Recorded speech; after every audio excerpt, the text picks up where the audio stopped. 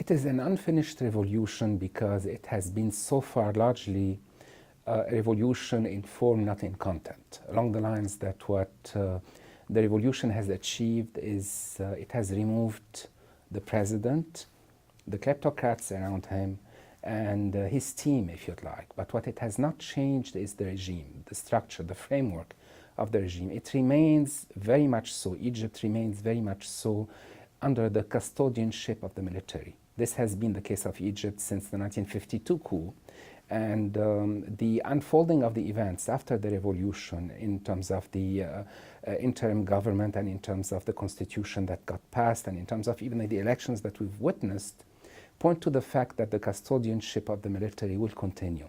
This is why we have on the ground in Egypt a lot of pressure, popular pressure, of people who are saying no. What we need is a genuine democracy, one in which the military is under civilian authority and not the military being able to effectively step in and deny the civilian vote its right to be the one that shapes the country.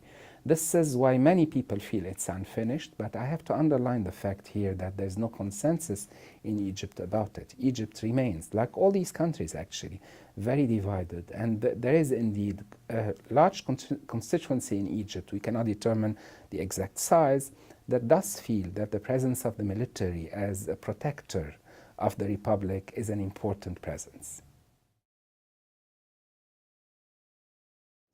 Well, as a matter of fact, if by genuine democracy we mean a democracy that can bring to power unproven and potentially risky players such as the Muslim Brothers or other Islamist formations, it would indeed be destabilizing, not just regionally, but at the level of really the international order, because Egypt remains, despite of all the problems that it has been facing, remains a very important player in the region and beyond.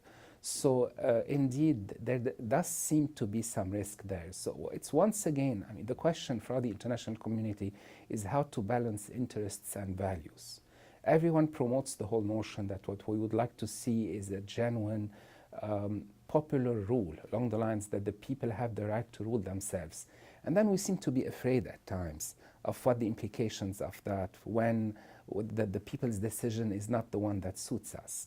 Ultimately, probably the most cautious process is one in which we consider that the next phase, the military will phase itself out of its custodianship rule. However, that's expecting of the military institutions something that normally institutions do not do, which is delegate or abandon power. And here is where the West can do a lot, because the relationship of the US military in particular with the Egyptian military is the factor that made that the military did not interfere on the side of Mubarak. And maybe that relationship can be invested towards a transition towards a genuine democracy down the line.